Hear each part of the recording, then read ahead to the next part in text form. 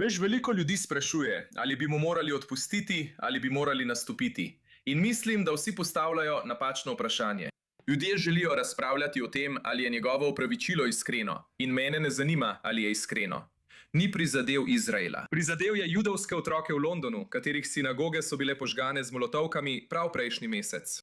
Prizadel je judovske študente v Kolumbiji. In Izrael ter Izraelci nimajo pravice, da bi mu odpustili v njihovem imenu. Torej, veš, spet znova odpiramo to temo, ampak zakaj je sploh tako obseden? Mislim, ima ogromno denarja, je nadarjen. Zakaj? Kako sploh to razložiš? Krivi poškodbo možganov in bipolarno motnjo.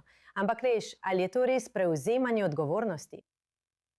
Ja, mislim, slišal sem ta argument, da ima duševno bolezen in mislim, da je duševna bolezen resen problem, ki ga moramo jemati resno.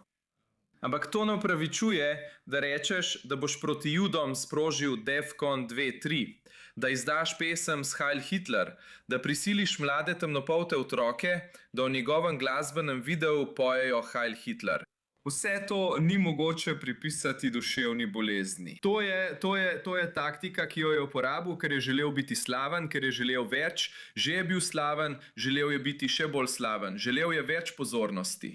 In to je nekaj, kar danes vidimo pri mnogih slavnih osebah. Mislim, da to počnejo pogosteje z Izraelom, ampak on je šel do konca in je prizadel tako temnopolto skupnost kot judovsko skupnost.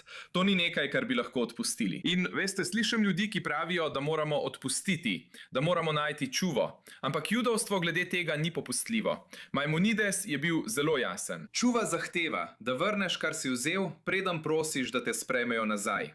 In Kanje pesmi ni umaknil. Ni povrnil škode umetniku, ki ga je prizadel.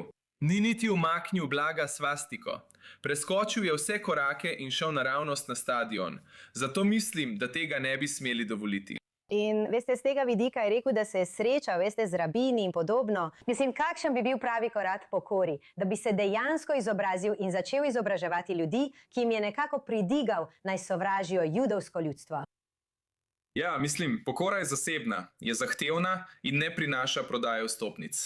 Ko je napovedal svoj nastop v Londonu, je bilo to zato, ker je bil plačan milijone dolarjev. Mislim, da je bilo to 15 milijonov dolarjev. To ni način za pokoro. In razlog, da se zdaj osredotoča na Izrael, je ta, da mu Združeno kraljestvo ni odobrilo vize. Francija je odpovedala, Poljska je odpovedala njegov nastop. Švica, Avstralija, Wireless Festival so ga izločili.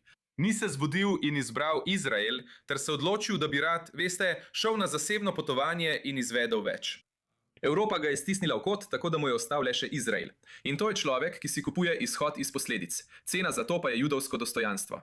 Zato mislim, da tega ne bi smeli dovoliti. Drugo vprašanje pa je, če se odloči za to, ali bodo Izraelci kupili vstopnice? Ja, mislim, da so se Izraelci že odločili. Prebral sem, da sta dva izmed najboljših izraelskih producentov to zavrnila. Gadi Oron se je umaknil že pred 2 mesecema. Lastnik kluba Barbie organizira bojkot, če se bo to zgodilo. Tudi producent, ki pripravlja nastop Kanje v Tbilisiju naslednji mesec, je rekel, da bi bil izraelski koncert nepredstavljiv. Izraelska glasbena industrija je že odločila. Edini, ki še vedno forsirajo to zgodbo, so publicisti, ki zanj potrebujejo tak naslov. Mislim, da Izraelci temu ne bi pritrdili. In veš, osebno sem odraščal ob glasbi Kanjeja Westa. Všeč mi je bila, mislim, da je talentiran umetnik. Toda tega, kar je storil v judovski skupnosti, ni mogoče izbrisati z obiskom Yad Vashema. V redu, najlepša hvala, kot vedno, Čen Mazik, res hvala, prijateljica. Hvala, da ste me povabili, cenim to.